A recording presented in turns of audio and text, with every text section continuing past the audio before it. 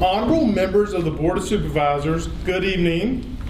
One of my peers on the Alleghany County School Board is going to be speaking to you about legal fees the school board has incurred in seeking reimbursement.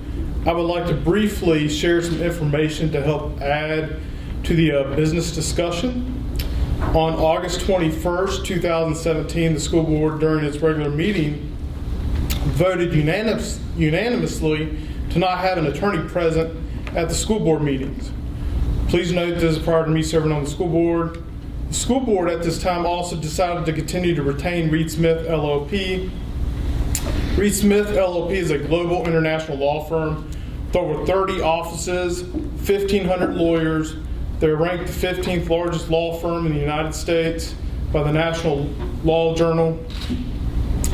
The cost for Reed Smith LLP to attend a meeting is $3,400. Despite having voted and approved the official action to not have an attorney present, and absent any subsequent vote by the school board, the attorney began to physically be present at our school board meetings.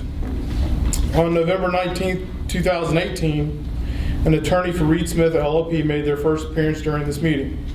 The definition of malfeasance can mean knowing exceedingly authority for improper reasons. Having the attorney present at the school board meeting after taking a vote not to is what I would consider the act of malfeasance.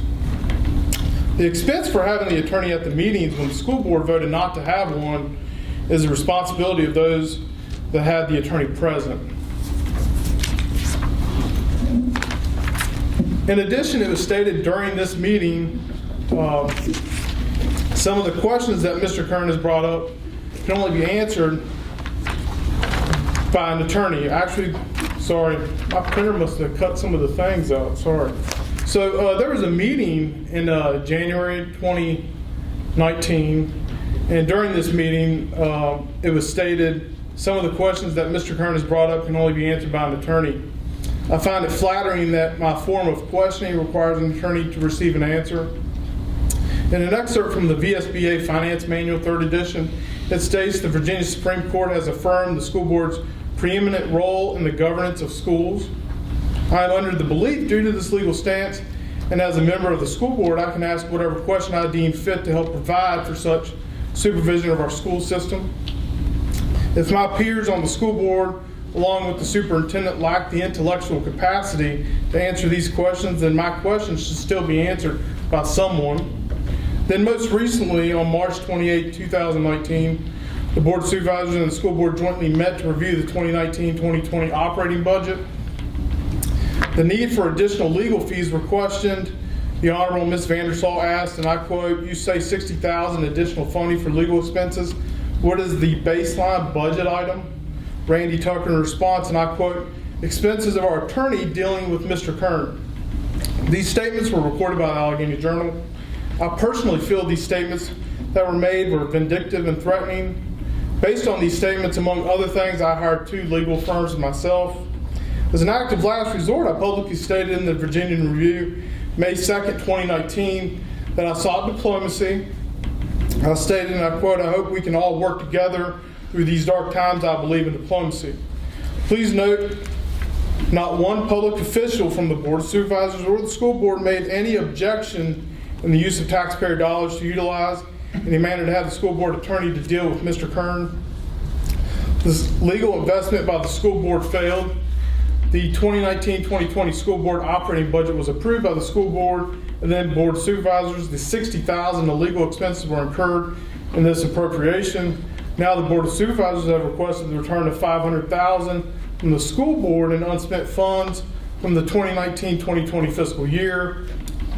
I believe the Board of Supervisors is justified in asking for the return of these funds, since the school board was required to only ask for funds that were needed.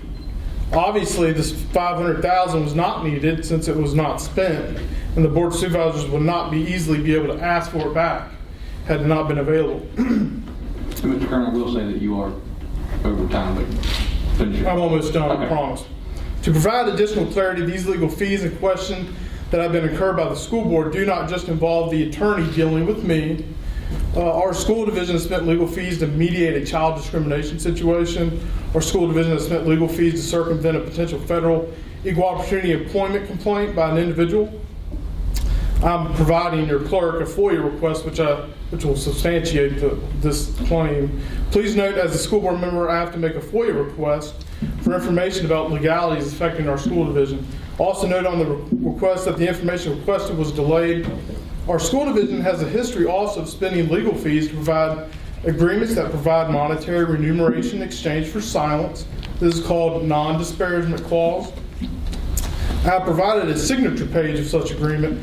I've tried eagerly to work with my peers on certain situations that I feel are ethically wrong. I believe the accountability should be used. My peers on the school board would rather offer agreements to pay out taxpayer funds in exchange for silence. Silence would not be needed if my peers did nothing wrong. In one situation, my accountability approach could have saved our community approximately $50,000. And my peers opted to pay out $50,000 for silence.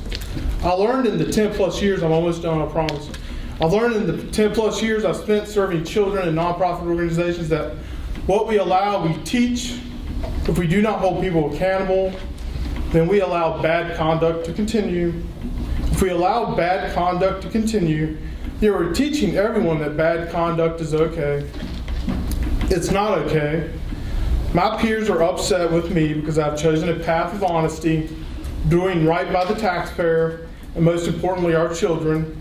I refuse to sign these agreements. This entire situation reminds me of Jonestown. Jim Jones asked his congregation to drink the Kool-Aid. If you didn't drink the Kool-Aid, you were retaliated against. I chose early on I wasn't going to drink the Kool-Aid. These reasons why legal fees exist isn't because of me, it's because there are individuals that made some really bad choices. The choice to have a school board attorney deal with me was probably one of them. Retaliating and discriminating against my child, there are no words to describe it. I have furnished exhibits to your clerk that will substantiate everything I've stated. The information that is not substantiated will be provided in the near future. Thank you for your time, and I hope the rest of your meeting goes well.